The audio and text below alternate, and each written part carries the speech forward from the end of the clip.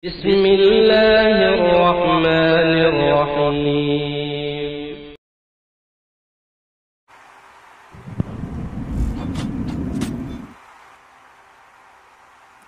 Musik mengingat Allah karena liriknya tentang kematian, liriknya tentang Islami dan yang lainnya.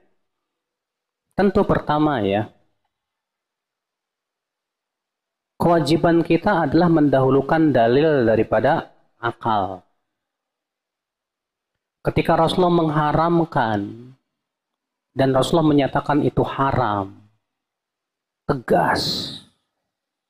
Nabi tidak pernah memberikan perincian kepada kita, kalau musik ini buat yang liriknya Islami boleh.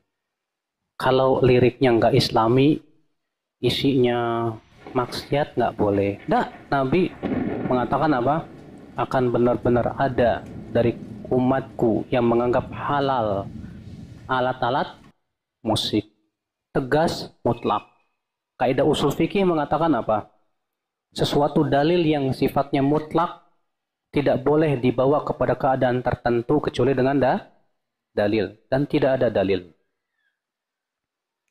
Yang kedua, kalau musik itu sudah diharamkan oleh Rasulullah, maka tidak boleh kita katakan ada musik Islami. Sekarang kalau seperti itu jadi ada zina Islami nanti, Pak. Ada mencuri Islami, pacaran Islami, riba Islami, tinggal tambahin aja Islami. Gimana itu? Ya, jelas ini tidak dibenarkan ya akal Islam. Azakumullah. Rasulullah tidak pernah beribadah kepada Allah dengan cara alat musik. Tidak. Rasulullah tidak pernah beribadah dengan cara nyanyian-nyanyian, ya, yang katanya isinya tentang kebaikan. Memang kalau tanpa musik, sebagian ulama membolehkan syair, bersenandung. Itu yang paling ringan adalah Imam Syafi'i dalam hal ini. Boleh sebatas bersenandung, bersyair, nggak apa-apa. Tapi Imam Syafi'i memberikan catatan. Catatannya pertama, isi senandung atau syair itu tidak boleh berisi maksiat. Tapi isinya yang mengingatkan kita kepada akhirat dan yang lainnya nggak apa-apa. Kalau tidak disertai dengan alat musik. Yang kedua, tidak boleh sering-sering. Karena Nabi bersabda, la an yumla batnu ahadikum qayhan wa sadidan. Lebih baik perut seseorang dipenuhi oleh nanah dan darah daripada dipenuhi oleh nyanyian. Ya, hadisnya sahih. Nabi mengatakan lebih baik perut seseorang dipenuhi oleh nanah dan darah daripada dipenuhi oleh apa? Nyanyian. Maka kata Imam Syafi'i, ini syarat yang kedua yang harus terpenuhi. Tidak boleh sering-sering. Sekali-kali nggak masalah. Makanya para sahabat bersyair sekali-kali aja nggak masalah. Adapun jadikan kebiasaan, jangan. Nah, ternyata terkadang kita melihat pemuda itu kebalikan. Lebih senang bersyairnya daripada apa? Baca Qur'annya, daripada zikirnya. Ini melalaikan namanya, Pak. Tetap ini tidak diperbolehkan kalau sudah seperti itu. Ya. Baiklah, kalau kita membaca kitab-kitab para ulama tentang nyanyian, banyak banget yang keras terhadap nyanyian. Ya, Imam Malik mengatakan nyanyian itu ruqyatuz zina, ruqyahnya zina. Mas'ud dan Ibnu Abbas ketika menafsirkan firman Allah, wa minan nas may yashtari lahwal hadits liyudilla an sabilillah. Di antara manusia ada yang membeli ucapan-ucapan yang tak berguna untuk menghalang-halangi manusia dari jalan Allah. Kata Ibnu Abbas apa? Demi Allah, yang dimaksud ayat ini adalah nyanyian. Itu juga perkataan Ibnu Mas'ud. Sampai bersumpah 3 kali. Demi Allah, yang dimaksud ayat itu adalah nyanyian.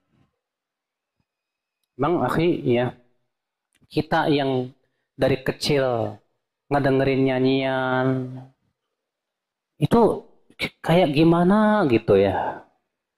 Ya, kayaknya kita dari kecil udah Gimana sih di angkot ada nyanyian, ada musik, di mana-mana ada musik. Kok kayaknya baru sekarang nih kita dengar-dengar nih.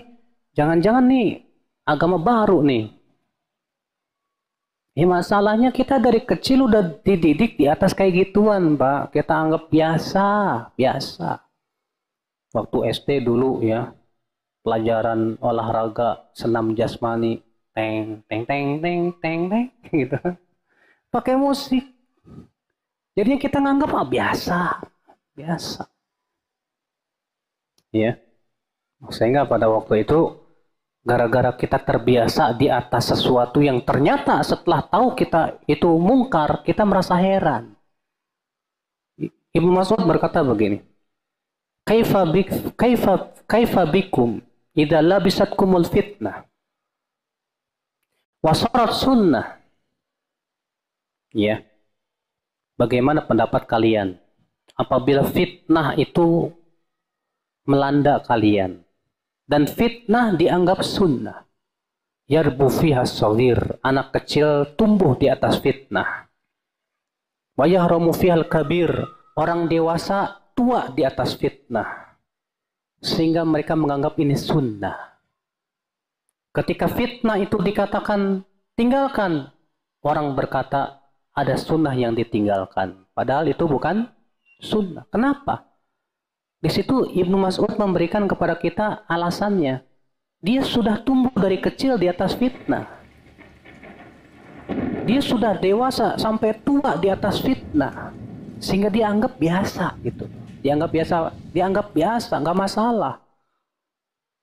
Nah, inilah jadi masalah akal Islam. Nah, setelah kita besar, mulai kita mengaji, baru kita dengar, haram, waduh. Ya, kalau antum, masya Allah kayak Mas tadi itu ya, pas dengar langsung haram, langsung nyari, langsung, wah, dia kalau gitu saya tinggalin, masya Allah, gitu kan. Yang berabe-nya tuh Pak, pas dia tahu haram, apaan sih nih? Dikit-dikit haram. Agama apaan tuh kayak gitu tuh kan? Susah jadinya karena ngikutin hawa nafsu. Ya, Allah.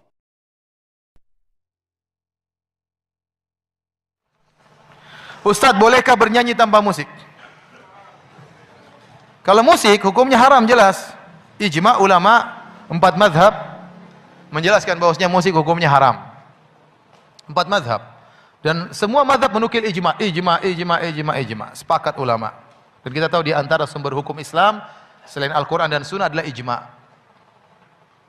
Kemudian datang sebagian ulama seperti Ibnu Hazm Al-Andalusi ya, menyatakan hadis tentang haramnya musik dhaif, tapi dia salah. Pertama, terlalu banyak ahlul hadis yang lebih faqih tentang hadis daripada dia menyatakan hadisnya sahih dalam Sahih Bukhari. Dia mendhaifkan. Yang kedua, dia menyelisih ijma. Telah muncul ijma sebelum dia lahir tentang haramnya apa? Musik. Oleh karenanya mazhab manapun mengharamkan musik. Yang paling keras dalam hal ini diantaranya mazhab Syafi'i. Antum buka buku fikih manapun, cari pembahasan tentang musik, semua ulama Syafi'i yang mengharamkan musik. Di antaranya Al-Imam Syafi'i rahimahullah dalam kitabnya Al-Imam Syafi'i menyatakan dalam kitabnya kalau ada seorang merampok atau mencuri alat musik, maka orang ini tidak boleh dipotong tangannya. Kenapa? Karena dia mencuri sesuatu yang haram. Hukumnya sama seperti orang mencuri khamar atau orang mencuri babi, kata Imam Syafi'i. Kalau ada orang mencuri khamar, tidak boleh dipotong tangannya karena dia mencuri barang yang haram. Dia boleh dipotong tangannya kalau dia mencuri barang yang halal, curi motor, ya, curi mobil, ya, dipotong tangannya karena perkara yang halal. Bayangkan Imam Syafi'i menyamakan keharaman alat musik seperti haramnya khamar dan haramnya babi. Sama Imam Syafi'i juga dalam kitab Al-Um mengatakan, barang siapa yang merusak alat musik, maka tidak boleh minta ganti rugi darinya. Sama seperti seorang yang merusak khamar, datang ke rumah orang dihancurkan khamar orang, maka tidak boleh minta ganti rugi.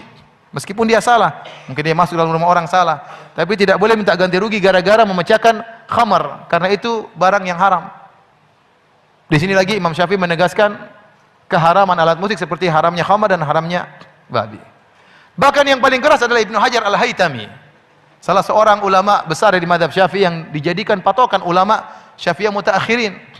Dia mengatakan, dia punya buku judulnya Az-Zawajir an Iqtirafil Kabair. Tentang larangan terhadap dosa-dosa besar. Dia sebutkan dosa besar pertama, dosa besar kedua, terus sampai pada dia sebutkan dosa besar sekian, sekian, sekian dan sekian.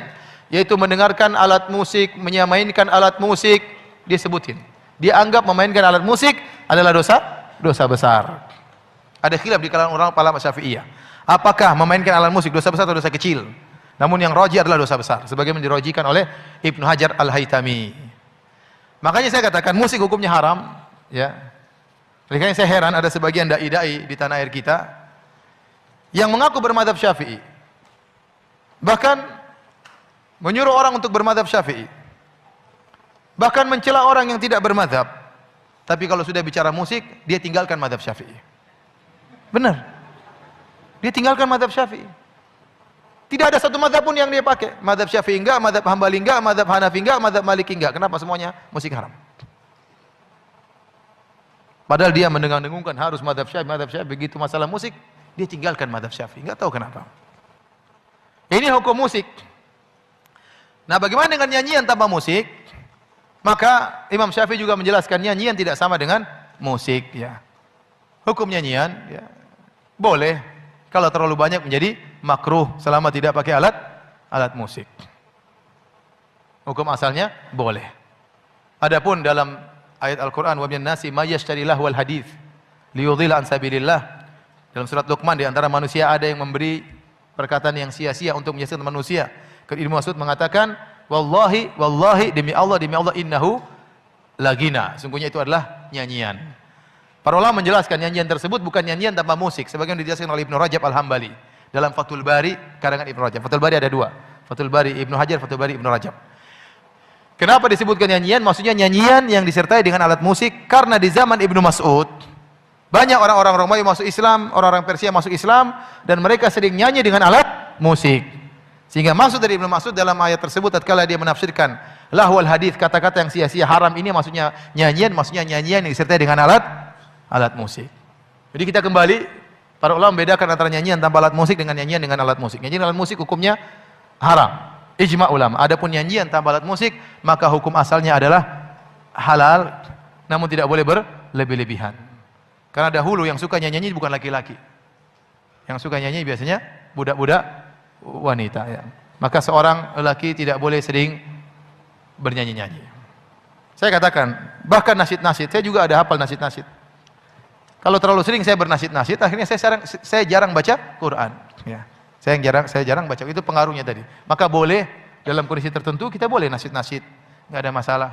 Tapi jangan berlebih-lebihan. Selama isinya baik dan tidak melanggar syariat. Wallahu a'lam bishawab.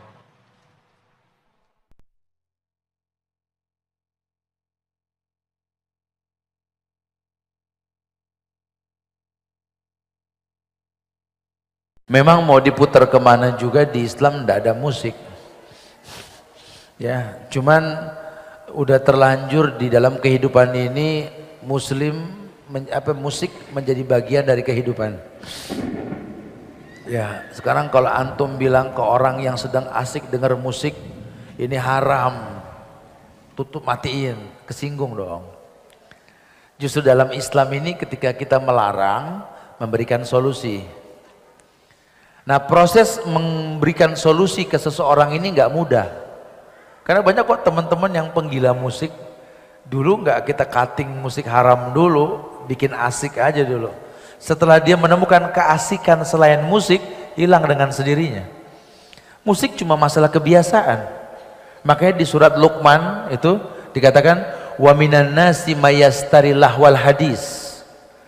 Ada sebagian manusia nanti ini yang menyukai perkataan-perkataan yang nggak ada manfaatnya, bikin orang cengeng, ya, sendiri megang gitar nangis sendiri gitu, ujung-ujungnya mainin rambut, betul ya.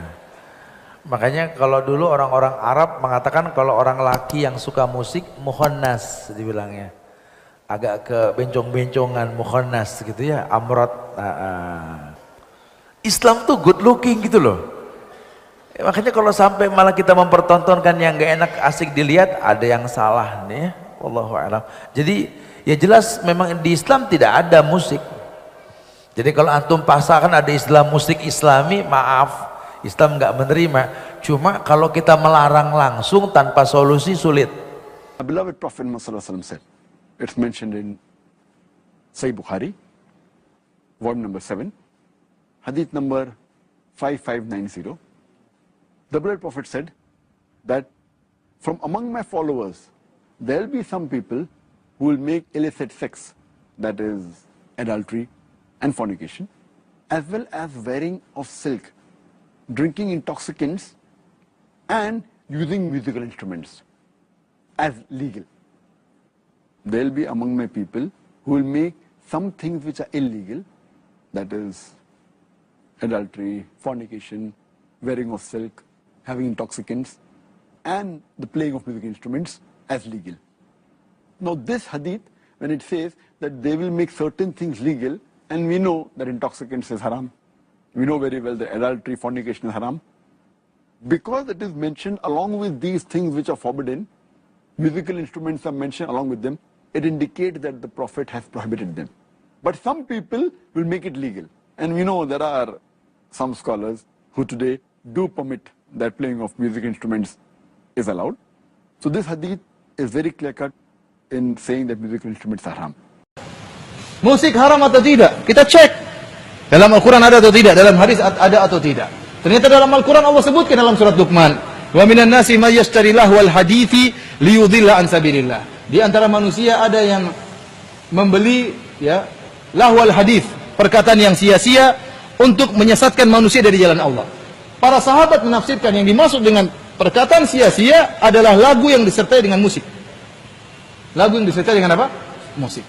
Dalam Sahih Bukhari Rasulullah SAW mengatakan, la yakunanna aqwamun min ummati yastahilluna al-hira wal harira wal khamra wal ma'azif.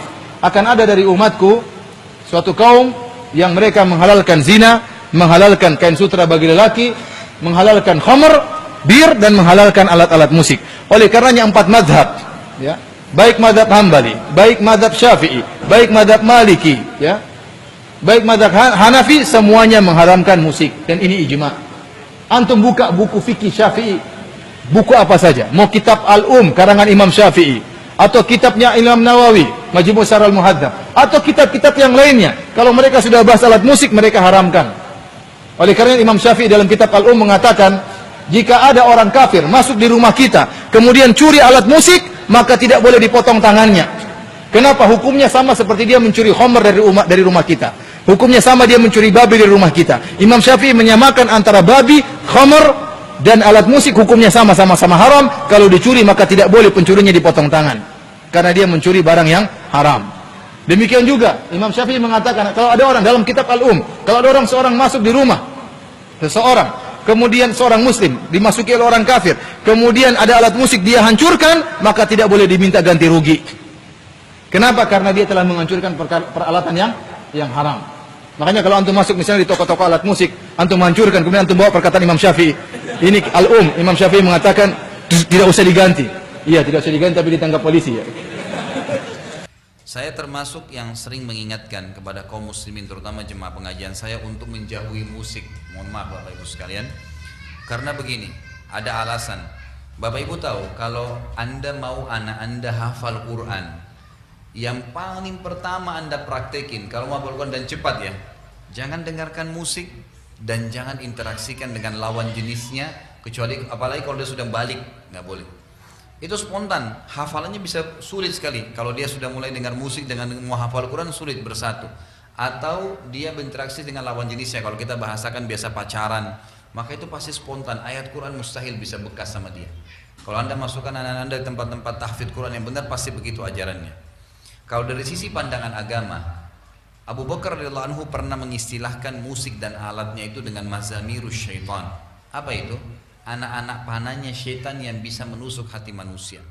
Abdullah bin Mas'ud radhiyallahu anhu, sahabat Nabi, berkata pada saat menjelaskan ayat Al-Quran yang berbunyi, a'udzubillahi minasyaitonirrajim, wa minan nasi may yashri lahwal hadithi yudilla an sabilillah. Ada sebagian orang yang mempermainkan kata-kata untuk menyesatkan manusia dari jalan Allah. Kata Abdullah bin Mas'ud, sahabat Nabi ini, demi Allah itu adalah musik. Demi Allah itu adalah musik. Beliau mengatakan ini. Jadi cukup banyak statement para ulama berhubungan dengan masalah musik ini. Umumnya mereka lebih cenderung semua mengatakan lebih baik dijauhi. Lebih baik dijauhi. Karena dia sulit bertemu dengan Al-Quran. Dua hal yang kontroversial. Gak bisa. Sulit ketemu. Al-Quran atau musik. Susah. Kalau orang sudah biasa dengar musik, mustahil dia biasa mendengarkan Al-Quran. Itu agak sulit untuk menyatukannya gitu kan. Maka saya selalu sarankan untuk dijauhi, Allahu a'lam. Saya contoh Bapak Ibu sekalian, saya coba praktekin di anak-anak saya ya. Saya bilang sama istri saya, coba kita mulai anak-anak ini dengarkan Al-Quran. Kalau kita dulu punya pelanggaran-pelanggaran agama, kita pribadi, kita dulu biasa pernah hafal-hafal lagu, coba jangan dipraktekin ke anak-anak. Coba dialihkan. Biarkan dia sudah mengenal Al-Quran sebagaimana kita kenal di umur 20 tahun, 25 tahun, 30 tahun, 40 tahun. Biarin mereka kenal Al-Quran dari umur 3 tahun, 5 tahun, 10 tahun, itu lebih baik. Lebih baik daripada mereka mendengar lagu-lagu yang akhirnya bisa merusak mereka. Ya, umumnya kalau sedih ya sedih, kalau senang yang senang. Al-Quran lebih baik. Mereka dapat setiap minimal sekali Bapak Ibu sekalian, kalau kita dengar Al-Quran, satu hurufnya satu pahala. Dengar musik minimal nggak ada pahalanya, gitu kan? Karena memang ini adalah ayat Al-Quran dijanjikan, ini tidak ada janjinya. Itu minimal. Belum kalau kita bicara hukum-hukum syar'i yang lainnya. Allah a'lam. Tahun berapa ya? Beberapa tahun yang lalu, anak ke sebuah pesantren milik seorang kiai dari Nahdlatul Ulama. Masya Allah, pesantrennya besar sekali. Ketika itu anak mau berjumpa dengan seorang kiai, karena masih belum datang anak ngaji, banyak yang hadir.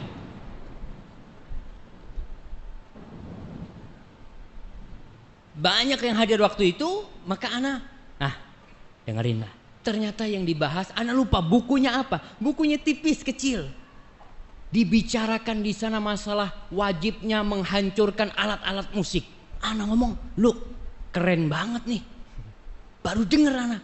Setelah anak lihat di buku-buku Syafi'i, ternyata mereka sepakat bahwasanya alat-alat musik itu dihancur. Maka anak mau bacakan nih sama antum semua nih.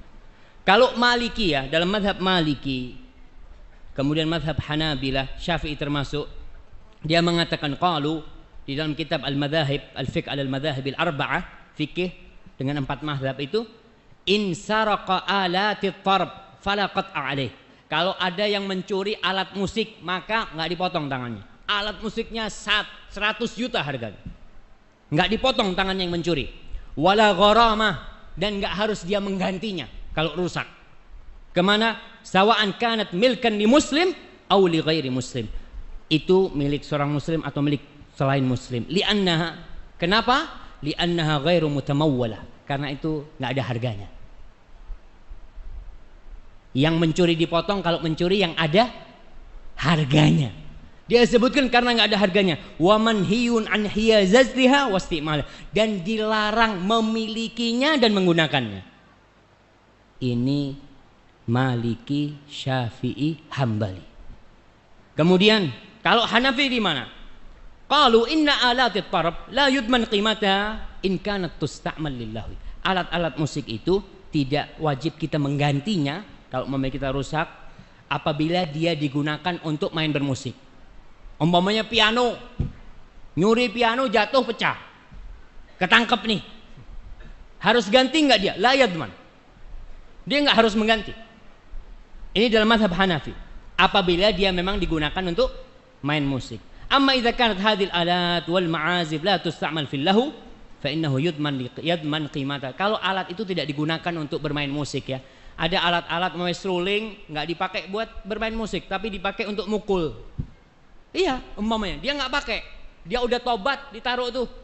Dia gunakan untuk memukul anaknya dan bisa digunakan untuk memukul. Ketika dirusak wajib ganti. Karena ketika itu dia ada harganya sebagai alat pemukul, bukan sebagai seruling, bukan sebagai seruling. Akan ada kaumku nanti yang akan menghalalkan perzinahan dan juga menghalalkan sutra bagi laki-laki dan juga menghalalkan minum-minuman keras al-khamra dan juga menghalalkan al-ma'azif, musik, alat-alat musik, nyanyian-nyanyian. Ini kata mereka hadisnya mu'allaq.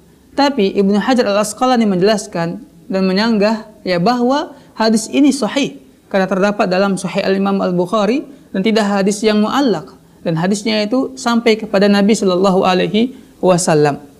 Terbantahkan perkataan mereka yang mengatakan bahwa hadis tentang pengharaman musik itu hadis yang muallaq.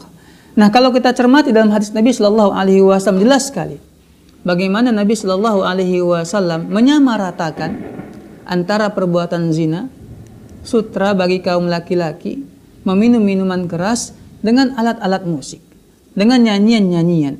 Kata Nabi Shallallahu Alaihi Wasallam, kelak akan ada dari umatku ini yang mereka menghalalkan itu semuanya. Ini menunjukkan apa? Bahwa ini semuanya pada asalnya adalah haram dalam Islam. Tapi kelak akan datang di antara umat Nabi Muhammad ini yang berani-beraninya menghalalkan itu semuanya. Inilah kata para ulama kita bahwa nyanyian, musik-musik itu haram hukumnya. Apalagi para ulama ya yang 4 madhab itu, Abu Hanifah, Imam Malik, Imam Ahmad bin Hanbal, dan Imam Muhammad bin Idris Asy-Syafi'i menyatakan secara jelas ya bahwa musik dan nyanyi-nyanyian itu hukumnya haram dalam Islam. Imam Abu Hanifah, ya, Abu Thayyib At-Tabari mengatakan, ini dalam madhab Imam Abu Hanifah, madhab Hanafi. Kana Abu Hanifah yakrahu al-ghina wa yaj'alu sama al-ghina min adz-dzunub. Kata Abu Thayyib At-Tabari bahwa Imam Abu Hanifah itu membenci yang namanya nyanyian-nyanyian. Dan beliau menjadikan orang yang mendengarkan musik dan nyanyi-nyanyian termasuk daripada perbuatan dosa. Ini Imam Abu Hanifah yang menyatakan seperti itu. Yaitu Abu Thayyib yang menyatakan bahwa Imam Abu Hanifah secara terang-terangan menyatakan bahwa mendengarkan musik merupakan perbuatan yang diharamkan oleh Allah Subhanahu wa taala dan termasuk daripada perbuatan dosa. Belum lagi Imam Malik bin Anas, ya. Beliau juga menyatakan bahwa innama yaf'aluhu 'indana al-fusaq. Ketika beliau ditanya tentang hukum mendengarkan nyanyian-nyanyian atau bernyanyi yang mendengarkan musik, kata beliau apa? Sungguhnya yang melakukan hal demikian menurut kami ya adalah orang-orang fasik, orang-orang yang berbuat dosa. Imam Malik bin Anas menyatakan seperti itu. Dan juga dalam madhab Syafi'i juga seperti itu. Imam Syafi'i juga menyatakan ya dalam sebuah perkataannya yang masyhur, kata beliau, taraktu bil Iraqi syai'an yuqalu lahu ta'bir, yuqalu lahu taghbir. Aku meninggalkan sesuatu di Irak itu yang disebut dengan taghbir, yaitu nyanyian-nyanyian. Yang mana ya nyanyian-nyanyian ini, kata beliau, dilakukan oleh ahdathathu zanadiqah, yang membuatnya ialah orang-orang zindiq. Tujuannya apa? Untuk melalaikan manusia daripada Al-Quran. Nyanyian-nyanyian ini melalaikan manusia daripada Al-Quran, hadis-hadis Nabi Sallallahu Alaihi Wasallam. Begitu juga Imam Ahmad bin Hanbal. Beliau juga mengatakan masalah-masalah seperti ini, yaitu musik ini, bahwa musik dalam Islam ya adalah perbuatan dilarang oleh Allah Subhanahu wa taala dan juga Rasulullah Sallallahu Alaihi Wasallam. Jelaslah secara nyata ya, firman Allah sudah Allah jelaskan tadi dalam Al-Qur'an, kita sebutkan bahwa Allah Azza wa Jalla mencela orang-orang menjadikan lahwal hadis, musik dan nyanyian ya tujuannya untuk menyesatkan manusia, karena memang itu bisa melalaikan manusia. Dan juga para ulama ya juga hadis Nabi Shallallahu Alaihi Wasallam kita sebutkan tadi, beliau mengatakan kelak ini akan dihalalkan, yang pada asalnya dia haram akan ada yang menghalalkannya di antara umatnya nanti. Dan juga para ulama ya termasuk ulama madhab yang 4 dan ulama-ulama lainnya menyatakan bahwa mendengarkan musik atau bermain musik ini perbuatan yang dilarang oleh agama Islam.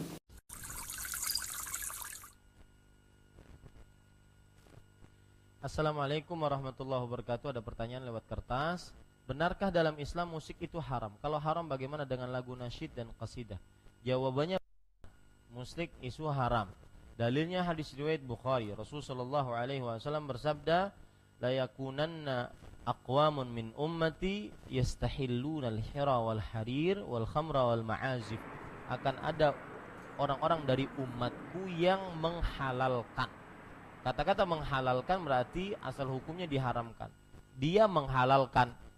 Dan kata-kata menghalalkan ini pula berarti itu termasuk daripada kekejian yang dilakukan oleh orang tersebut. Asalnya diharamkan, dia datang menghalalkan. Bagaimana kalau dakwah itu dilakukan dengan cara kita main musik atau bernyanyi? Ini dakwah yang batil, dakwah yang sesat. Ya. Gak bisa dakwah menggunakan sesuatu yang haram, yang diharapkan oleh Allah Rasul, gak bisa. Gak bisa. Dakwah harus sesuai dengan apa yang dilakukan oleh Rasulullah SAW. Gak boleh menggunakan yang batil, gak boleh. Menggunakan yang haram, gak boleh. Jadi gak bisa kita lakukan yang seperti itu, dan juga gak boleh. Makanya semua harus taubat, semuanya harus taubat kepada Allah. Penyanyi, pemusik, dan yang lainnya, artis, semua harus taubat kepada Allah. Taubat kepada Allah, belajar ngaji. Maaf Pak. Ustaz mau tanya hukumnya mendengarkan musik, memainkan alat musik. Ya. Hukumnya musik bagi anak-anak karena di sekolah ada pelajaran tertentu yang diiringi musik. Contohnya senam. Jazakallah khair. Ya, saya berharap begini ya, kedepannya pun kalau misalnya Bapak Ibu lagi bertanya dengan saya, tolong diikutin sampai selesai tuntas penjelasan, kemudian direnungin. Saya nggak minta spontanitas langsung diambil, gitu kan? Anda boleh renungin, kemudian Anda lihat nanti, ya insya Allah minta petunjuk sama Allah supaya dikasih petunjuk yang benar. Saya termasuk yang sering mengingatkan kepada kaum muslimin, terutama jemaah pengajian saya untuk menjauhi musik. Mohon maaf Bapak Ibu sekalian, karena begini. Ada alasan. Bapak Ibu tahu kalau Anda mau anak Anda hafal Quran, yang paling pertama Anda praktekin kalau mau hafal Quran dan cepat ya, jangan dengarkan musik dan jangan interaksikan dengan lawan jenisnya, kecuali apalagi kalau dia sudah balik, nggak boleh. Itu spontan, hafalannya bisa sulit sekali. Kalau dia sudah mulai dengar musik dengan mau hafal Quran sulit bersatu.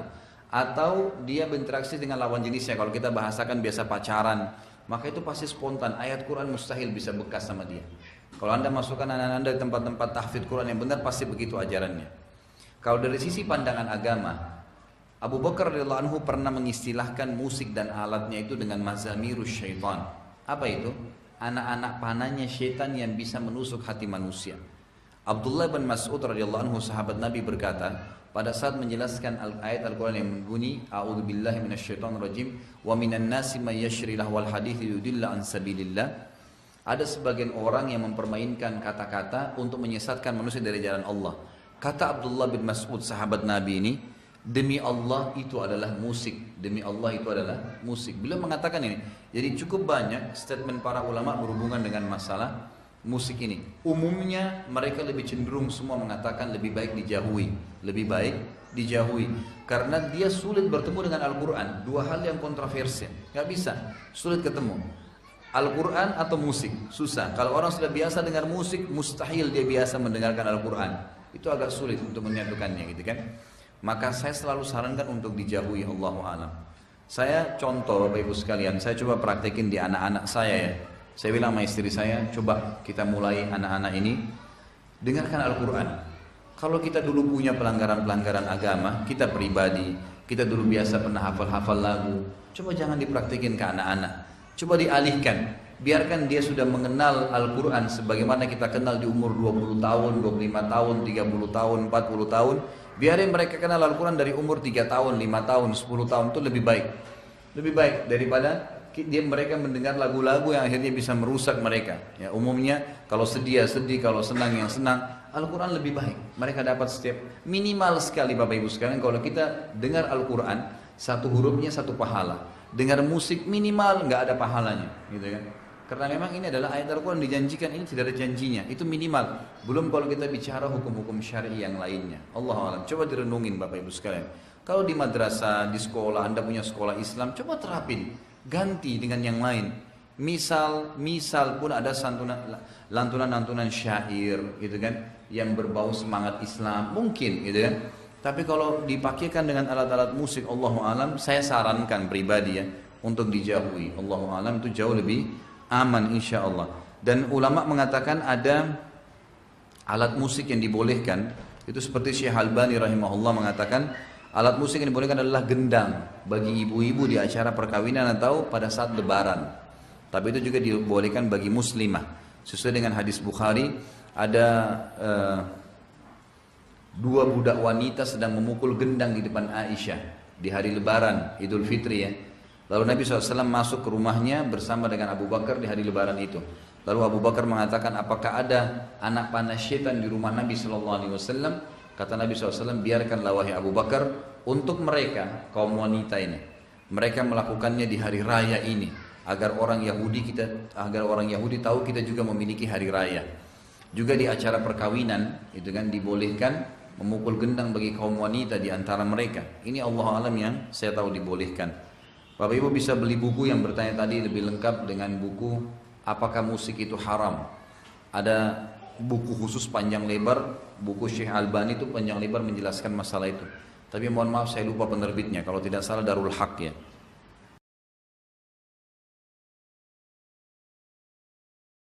Empat imam mazhab. Abu Hanifah rahimahullah pernah ditanya tentang musik, maka beliau mengatakan atau beliau membenci nyanyian dan menganggap mendengarnya sebagai satu perbuatan dosa. Imam Malik rahimahullah juga pernah ditanya, barang siapa yang membeli budak, kata beliau, di pasar, lalu ternyata budak tersebut adalah seorang bidu wanita atau penyanyi, maka hendaklah dia kembalikan budak tadi karena terdapat aib padanya. Imam Syafi'i berkata, ini tadi itu Imam Malik ya, kita sudah sebutkan juga tadi Abu Hanifah. Imam Syafi'i berkata rahimahullah, nyanyian adalah suatu hal yang sia-sia yang tidak aku sukai, karena nyanyian itu adalah seperti kebatilan. Siapa saja yang sudah kecanduan mendengarkan nyanyian, maka persaksiannya ditolak. Tidak boleh dijadikan saksi menikah, tidak boleh dijadikan saksi utang piutang, ditolak. Hanya dengan dengar saja.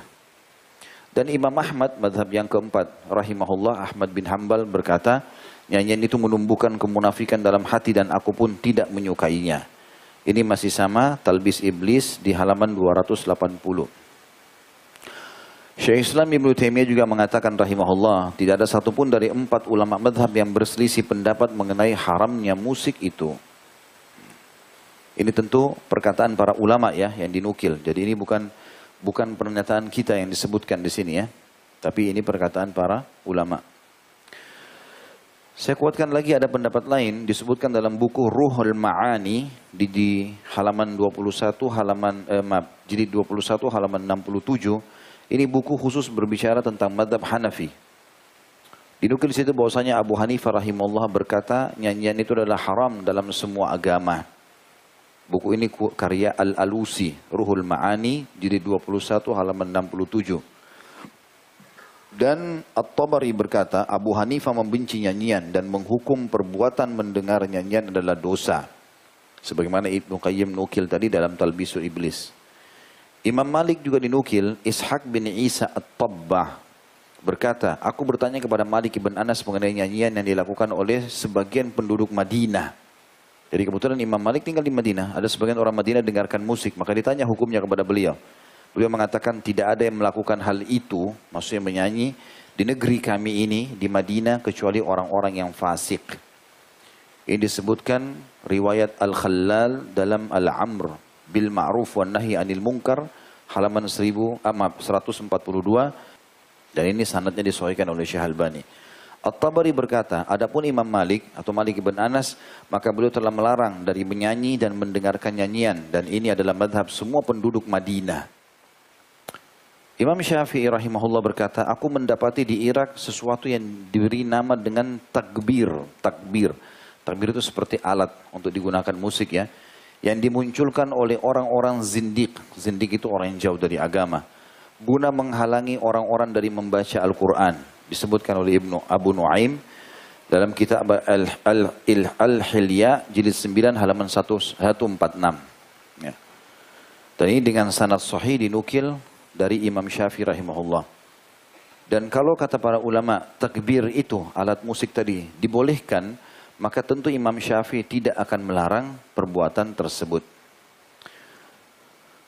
Begitu juga dinukil ya, Ibnu Qayyim al-Jauzi juga masih mengatakan murid-murid senior Asy-Syafi'i radhiyallahu anhum ajma'in mengingkari perbuatan mendengarkan nyanyian. Sementara dalam mazhab Hambali atau Hanabila, Abdullah bin Ahmad bin Hanbal, anaknya Imam Ahmad berkata, aku bertanya kepada ayahku tentang nyanyian, maka beliau menjawab, nyanyian itu menumbuhkan kemunafikan di dalam hati, saya tidak menyukainya. Dan ini cukup banyak statement yang diangkat tentang perkataan Imam Ahmad rahimahullah, tapi yang jelas Ibnu Taimiyah berkata, menyimpulkan imam 4 mereka telah bersepakat mengharamkan alat-alat musik yang merupakan alat permainan yang tidak berguna. Dan sekian banyak statement yang dinukil dari mereka berhubungan dengan masalah itu. Baik, ini adalah statement 4 orang atau 4 mazhab tentang masalah itu.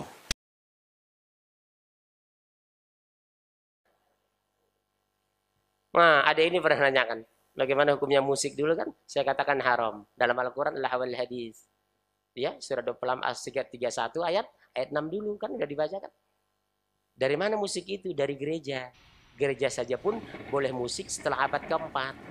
Sampai abad keempat musik itu haram bagi Kristen. Tapi ketika pasturnya jalan ke Jerman, dilihat isi Injil itu diterjemahkan jadi liturgi, jadi kor. Apa kata pastor? Kalau kita pisahkan mereka dari musik, mereka akan keluar dari Kristen. Sudah, kita jadikan musik bagian ibadah Kristen. Makanya sekarang mereka nyanyi, Pak. Kasihnya seperti sungai, kasihnya seperti sungai. Haleluya, puji Tuhan, katanya. Sorga. Umat Islam mengikuti itu sekarang. Al-Quran dinyanyikan, salawat dinyanyikan, istighfar dinyanyikan, kalimat talbiyah dinyanyikan pakai musik. Itu mengikut Nasrani. Ustadz yang di luar sana bilang, ini musik Islami. Kapan musik masuk Islam? Pernah nggak musik mu'alaf? Nggak pernah, Pak, disyaratkan musik itu. Yang dibolehkan dalam Islam rebana, tidak ada pakai seruling, tidak ada organ tunggal, tidak pakai gitar. Itu permainan syaitan. Coba Bapak dengar musik itu. Maaf. Gus Dur saja pun tidak bisa melihat. Ketika dengar musik, tangan mulai bergerak. Iya, Pak. Saya bukan menghina, Pak. Menirukan. Coba dengar musik Gus Dur. Iya. Benar, coba lihat. Begitu luar biasa musik. Yahudi itu mengintai. Umat Islam tidurkan dengan musik. Musik tidak dihafal pun anak-anak hafal. Sementara Al-Quran dihafal pun hilang. Anak saya Pak itu, cepat sekali hafal musik itu. Padahal nggak pernah dihafal. Tapi baca Quran, meringis baru mau. Kenapa? Begitu disuruh baca Quran, setannya langsung suk masuk. Coba lihat Bapak kan, asal ngaji cari senderan. Kenapa? Setan menyuruh nyender gitu. Iya Pak, pengaruh setan ibu itu. Akhirnya kesetanan. Terus, tentang setan, telah ditetapkan bahwa siapa yang berkawan dengan dia, maka dia akan menyesatkannya. Barang siapa yang berteman dengan setan, pasti dijamin Allah loh. Pasti menyesatkan. Masalahnya Bapak tahu nggak? Antum tahu nggak? Kenapa semudah itu kena bisikan setan? Karena mempengaruhi manusia tidak pulkar, tidak kasar, tidak keras. Lembut, halus. Itulah yang dilakukan orang jil itu. Udahlah kita nggak perlulah mengaku masuk surga. Orang lain juga punya hak kok. Udahlah nggak usah sholat kok. Yang penting kebaikan. Nggak usah kurban. Yang penting sedekah. Nggak usah berangkat naik haji. Yang penting membangun orang muslim yang tidak mampu. Nggak perlu sholat lah. Yang penting eling. Iya Bu. Setan itu menggoda Adam halus sekali. Dia tidak kasar, tidak vulgar. Makanya di Indonesia ustaz-ustaz lembut itu disenangi. Betul kan? Ustadz lembut itu coba di televisi itu. Paling disenangi Ustadz lembut. Tapi begitu ada Ustadz tegas bicara hadis, Dr. Rashid dicoret dari TV One. Ada Ustadz tegas, Dr. Anwar Sanusi dicoret dari TV One. Ada Ustadz tegas bicara tafsir, Ihsan Tanjung dibuang dari Antv. Mereka curhat sama saya. Saya udah diusir Pak Munjiri, kata Ustadz Dr. Rashid. Tegas dia bicara hadis itu. Maunya mereka Ustadz itu cengengesan. Serba boleh. Pakai musik, lihat TV One itu. Makanya saya diminta di sana, saya nggak mau. David Khalid menghubungi saya. Pak Munjir, bagus saya ngisi kajian. Tahu David Khalid ya Bu? Aktor itu. Habis pengajian datanginya saya. Pak Munjir, mau nggak saya minta televisi gini? Aduh. Kalau saya orang bilang, Alhamdulillah rezeki banyak kan gitu. Aduh. Kenapa? 10 menit masuk musik. 10 menit masuk musik. Yang nyanyi wanita. Suara itu kan aurat. 10 menit ceramah masuk iklan Pak. Iklannya sabun, busana dibuka satu-satu. Ya kan iklan sabun itu. Orang sudah tahu kok sabun untuk mandi, nggak perlu buka busana dia di televisi itu. Membuat bapak-bapak, gitu. Subhanallah. Terus, antum, habis, terus. Bismillahirrahmanirrahim.